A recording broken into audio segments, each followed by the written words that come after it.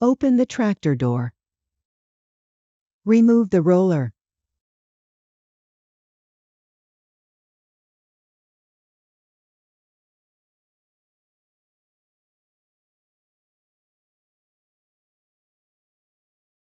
Install brackets.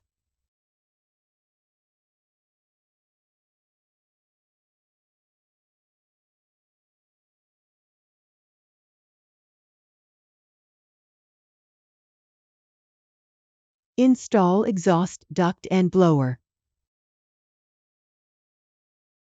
Install roller.